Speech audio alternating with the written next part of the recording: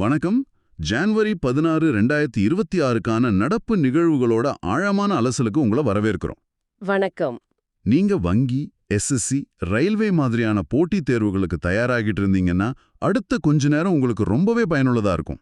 ஆமா, நாம இன்னைக்கு கிடைச்சிருக்கிற தகவல்களை ஆழமா ஆராய்ந்து தேர்வுக்கான முக்கிய குறிப்புகளை பிரித்தெடுக்க போறோம். சரி, நேரடியா விஷயத்துக்குள்ள போலாமா? கண்டிப்பா. முதல் செய்தி இந்திய பொருளாதாரம் பத்தினது. டிசம்பர் 2025க்கான தொழிலாளர் சந்தை புள்ளி விவரங்கள் இப்போ வெளியாயிருக்கு. இதுல முக்கியமான விஷயம் பெண்களோட பங்களிப்பு இந்த வருஷத்திலே ஒரு புதிய உச்சத்தை தொற்றுக்குன்னு சொல்றாங்க. அது உண்மையிலே ஒரு நல்ல செய்தி. ஆனா இந்த எண்களுக்கு பின்னால என்ன இருக்கு? இதுல ஆம், 3 விஷயங்களை நாம கவனிக்கணும். முதல் விஷயம் LFPR, அதாவது labour force participation rate. Okay. சிம்பிளா சொல்லணும்னா, வேலை செய்யற வயசுல இருக்கிறவங்கள எத்தனை பேர் வேலை பார்க்கறாங்க அல்லது தீவிரமா வேலை தேடுறாங்கன்னு காட்டுற ஒரு அளவு. அது 56.1% உயர்ந்திருக்கு. சரி, அடுத்து? அடுத்து WPR, அதாவது ஒர்க்கர் பாப்புலேஷன் ரேஷியோ. இது 53.4% இருக்கு. கடைசியா வேலையின்மை விகிதம், அதாவது அன்எம்ப்ளாய்மெண்ட் ரேட், அது 4.8% நிலையாகவே இருக்கு. ஒரு நிமிஷம், இங்க எனக்கு ஒரு சின்ன சந்தேகம் வருது. வேலைக்கு வர்றவங்களோட எண்ணிக்கை, அதாவது LFPR உயர்ந்திருக்குன்னு சொல்றீங்க. ஆனா அதே சமயம் வேலையின்மை விகிதம் மாறாம அப்படியே இருக்கு. இது கொஞ்சம் குழப்பமா இல்லையா? இல்ல, இது ஒரு மிக சரியான கேள்வி. அதுதான் இந்த டேட்டாவோட சுவாரஸ்யமே. எப்படி? LFPR உயர்றதுன்னா நிறைய பேர் வேலை சந்தைக்குள்ள ஒரு நம்பிக்கையோட வராங்கன்னு அர்த்தம். வேலையின்மை விகிதம் அதே சமயம் அதிகரிக்கலைன்னா உள்ள வர அந்த புதிய ஆட்களுக்கு ஏத்த மாதிரி புது வேலை வாய்ப்புகளும் உருவாகுதுன்னு அர்த்தம். ஓ, அப்படியா? சோ இது ஒரு ஆரோக்கியமான பொருளாதாரத்தோட அறிகுறி? கரெக்ட். இதுக்குள்ள இன்னும் ஒரு பெரிய கதை இருக்கு. பொதுவா பொருளாதார வளர்ச்சி நகரங்கள்ல உருந்துதான்னு நம்ம நினைப்போம். ஆமா. ஆனா இங்க கிராமப்புற வளர்ச்சி தான் WPR-ஐ உயர்த்தி இருக்கு. அதுவும் இல்லாம பெண்களோட பங்களிப்பும் உச்சத்துல இருக்கு. அப்போ இந்தியாவோட வளர்ச்சி இனிமே சில நகரங்களை மட்டும் சார்ந்திருக்காதுன்னு சொல்ல வரீங்க? நிச்சயமா. உண்மையான வளர்ச்சி நாட்டின் மூலை முடுக்குல இருந்து குறிப்பா பெண்களால இயக்கப்படுது. இதுதான் இந்த தரவோட முக்கியமான டேக்அவே. தேர்வுகள்ல இன்க்ளூசிவ் growth பத்தி நீங்க எழுதும்போது இது ஒரு சிறந்த உதாரணமா இருக்கும். அருமை. பெண்கள் பொருளாதாரத்தை இயக்குறாங்கன்னு சொன்னீங்க. இதுக்கு அரசின் திட்டங்களும் ஒரு முக்கிய காரணம்னு நினைக்கிறேன். அந்த வகையில GEM தளத்தோட வொமன்யா இனிஷியேட்டிவை பத்தி பேசலாம். அது இப்போ 7 வருஷத்தை நிறைவு செஞ்சிருக்கு. ஆமா, அதோட சாதனைகள் உண்மையிலே பிரம்மாண்டமானவை. 2 லட்சத்துக்கும் அதிகமான பெண்கள் தலைமையிலான சிறு, குறு மற்றும் நடுத்தர நிறுவனங்கள் இதுல பதிவு செஞ்சிருக்காங்க. 2 லட்சமா? ஆமா, இதுவரைக்கும் கிட்டத்தட்ட 80,000 கோடி ரூபாய்க்கும் அதிகமான மதிப்புள்ள ஆர்டர்களை பெற்றிருக்காங்க. இது ஒரு சாதாரண விஷயம் இல்ல. இந்த திட்டம் எப்படி இவ்வளவு பெரிய வெற்றியை அடைஞ்சது? இதுக்கு என்ன காரணம்? அது செயல்படுற விதம்தான். GM தளம் ஒரு டிஜிட்டல் சந்தை. இது அரசு துறைகளுக்கும் விற்பனையாளர்களுக்கும் நடுவுல இருந்த இடைத்தரகர்களை முழுசா நீக்கிருச்சு. ஓ, சரி சரி. அதனால ஒரு சின்ன கிராமத்துல கைவினைப் பொருள் செய்யற ஒரு பெண் கூட நேரடியா மத்திய அரசு அலுவலகத்துக்கு தன்னோட பொருளை விற்க முடியுது. இப்போ சமீபத்துல அவங்களுடைய திறன் மேம்பாட்டுக்காக ஒரு புதிய புரிந்துணர்வு ஒப்பந்தமும் கையெழுத்தாகியிருக்கு. அப்போ இதோட தாக்கம் வெறும் பணத்துல மட்டும் இல்ல. இல்லவே இல்ல. தேர்வு நோக்குல பார்த்தா இதோட இம்பாக்ட் தான் ரொம்ப முக்கியம். இந்த முயற்சி அரசு கொள்முதல் இலக்குகளை தாண்டி அனைவரையும் உள்ளடக்கிய ஒரு நிலையான வளர்ச்சிக்கான தேசிய முன்னுரிமைகளோட இணையுது. இது ஒரு வெற்றிகரமான திட்டங்கிறதால இது சம்பந்தமா கேள்விகள் வர நிறைய வாய்ப்பு இருக்கு. இந்த டிஜிட்டல் அதிகாரங்கிறது பெண்களோட மட்டும் நிக்கலன்னு தோணுது. இந்திய அஞ்சல் துறை ONDC கூட இணைஞ்சிருக்குன்னு ஒரு செய்தி வந்திருக்கு. ஆமா, இத டிஜிட்டல் வர்த்தகத்துல ஒரு புதிய அத்தியாயம்னே சொல்லலாம். இந்திய அஞ்சல் துறையோட அந்த பரந்து விரிந்த நெட்வொர்க் இப்போ ONDC-யோட டிஜிட்டல் தளத்தோட இணையுது. ஓ, அதோட முதல் ஆர்டர் கூட வெற்றிகரமா டெலிவரி பண்ணிட்டாங்க. உத்யம் வெல்னு ஒரு நிறுவனம் கொடுத்த ஆர்டர் ஜான்வரி 13ஆம் தேதி புக் பண்ணி 15ஆம் தேதியே டெலிவரி ஆயிடுச்சு. நிறைய பேர் ONDC-ய பத்தி கேள்விப்பட்டிருப்பாங்க. ஆனா அது Amazon, Flipkart மாதிரி இல்லையாம? அது என்னன்னு கொஞ்சம் எளிமையா விளக்க முடியுமா? ஓ, கண்டிப்பா. ஒரு நல்ல உதாரணத்தோட சொல்றேன். ONDC-ய ஒரு பெரிய மால் மாதிரி நினைக்காதீங்க. அது ஒரு யுனிவர்சல் பவர் அடாப்டர் மாதிரி நினைச்சுக்கோங்க. யூனிவர்சல் பவர் அடாப்டரா? ஆமா, உங்ககிட்ட எந்த பிராண்ட் போன் இருந்தாலும் அந்த அடாப்டரை வச்சு சார்ஜ் பண்ணலாம் இல்லையா? அதே மாதிரி நீங்க எந்த சின்ன காமர்ஸ் தளத்துல கடை வச்சிருந்தாலும் ஓஎன்டிசிங்கிற இந்த அடாப்டர் மூலமா இந்தியா முழுக்க இருக்கிற வாடிக்கையாளர்களை அடைய முடியும். இதுதான் இத ஒரு புரட்சியா மாத்துது. அருமையான விளக்கம். டிஜிட்டல் உள்கட்டமைத்து ஒரு பக்கம்னா, இன்னொரு பக்கம் எலிசக்தி துறையில பாரத் மின்சார உச்சி மாநாடு 2026 நடக்க போகுது. ஆமா, மார்ச் 2026ல புதுடெல்லியில இருக்கிற யஷோ பூமியில இது நடக்க இருக்கு.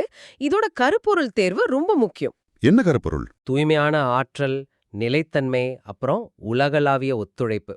இது இந்தியாவோட புதுப்பிக்கத்தக்க எரிசக்தி இலக்குகளோட நேரடியா பொருந்துது. இந்தியாவோட ஆற்றல் பாதுகாப்பு, பசுமை ஆற்றல் கொள்கைகள் பத்தின கேள்விகளுக்கு இந்த மாநாடு ஒரு முக்கிய எடுத்துக்காட்டு. இந்த எரிசக்தி, டிஜிட்டல் தளம், இது எல்லாத்தையும் சரியா பயன்படுத்திக்கிட்டு வளர்ற ஒரு துறைனா அது ஸ்டார்ட் அப்கள் தான். ஸ்டார்ட் அப் இந்தியா திட்டம் ஆரம்பிச்சு இப்ப 10 வருஷம் ஆகிடுச்சு. ஆமா, ஒரு தசாப்தம். 2016ல ஆரம்பிச்ச இந்த திட்டம் இன்னைக்கு 2 லட்சத்துக்கும் அதிகமான அங்கீகரிக்கப்பட்ட ஸ்டார்ட் அப்களை உருவாக்கியிருக்கு. இது ஒரு மிகப்பெரிய வளர்ச்சி. இதுல ஆச்சரியமான விஷயம் என்னன்னா, பிரதமர் மோடி சொன்ன மாதிரி கிட்டத்தட்ட 50% ஸ்டார்ட் அப்கள் அடுக்கு 2 மற்றும் 3 நகரங்கள்ல இருந்து வருது. நாம கொஞ்ச நேரத்துக்கு முன்னாடி ஓஎன்டிசி பத்தி பேசணும் இல்லையா? ஆமா, இந்த சின்ன நகரங்கள்ல இருந்து வர ஸ்டார்ட் அப்கள் அவங்க தயாரிப்புகளை நாடு முழுக்க விற்கிறதுக்கு ஓஎன்டிசி ஒரு பெரிய வாய்ப்பை உருவாக்குது. சரியா சொன்னீங்க. இப்படிதான் ஒரு திட்டம் இன்னொரு திட்டத்துக்கு உதவுது. இந்த அபார வளர்ச்சிக்கு 3 முக்கிய காரணங்கள், அதாவது டிரைவர்ஸ் இருக்கு. 1, அரசின் கொள்கை சீர்திருத்தங்கள்.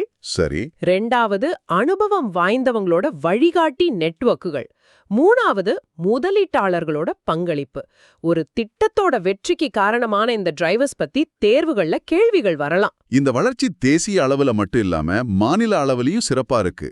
கேரளா ஈவி பயன்பாட்டிலையும் ஆந்திரா பசுமை ஆற்றல்லையும் முன்னணியில இருக்கிறதா சொல்றாங்க.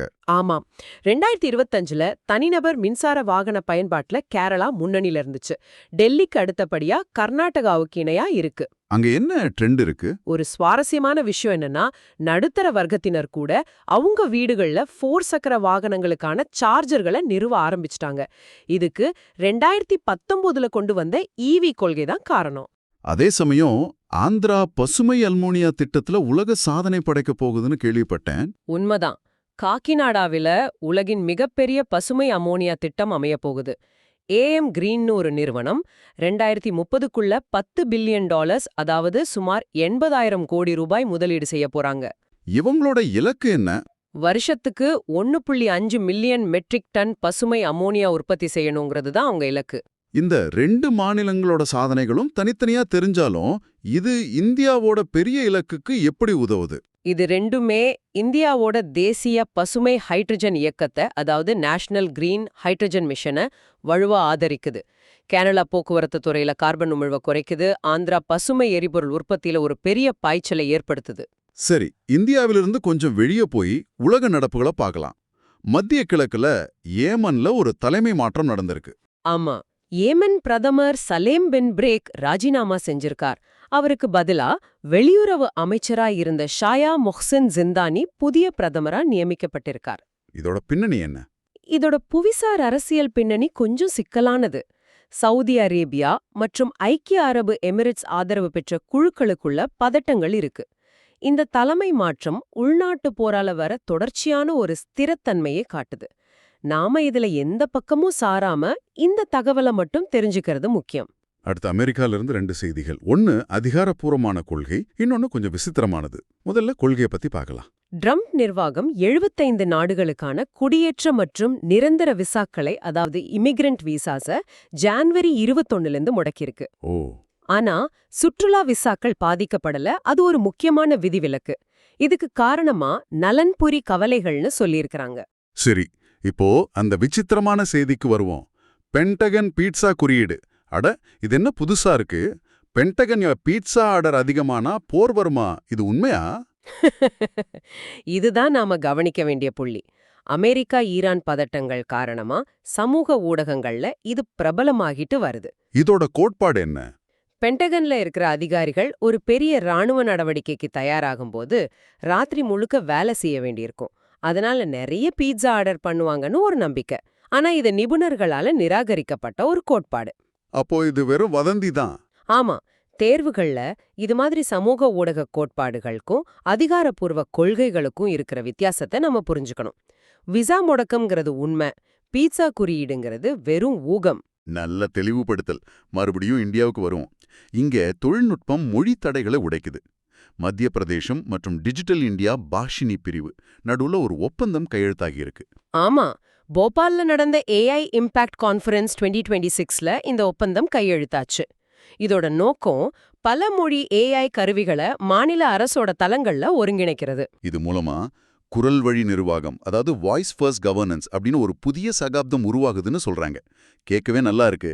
இதோட உண்மையான தாக்கம் என்னவா இருக்கும்? இதோட தாக்கம் ரொம்ப ஆழமானது. இனி மத்திய பிரதேசத்துல இருக்கிற ஒரு விவசாயி தன்னோட மொபைல்ல தன்னோட தாய்மொழியில பேசினாலே போதும் அரசின் திட்டங்களை பத்தின விவரங்களை பெற முடியும். இதுதான் லாஸ்ட் மைல் சர்வீஸ் டெலிவரி. ஆஹா, டிஜிட்டல் இந்தியாவோட உண்மையான வெற்றி இதுதான்னு சொல்லலாம். கரெக்ட். வாய்ஸ் ஃபர்ஸ்ட் கவர்னன்ஸ்ங்கிற இந்த வார்த்தை தேர்வுக்கான ஒரு மிக முக்கியமான குறிப்பு. அடுத்து நியமனங்கள் மற்றும் விருதுகள்.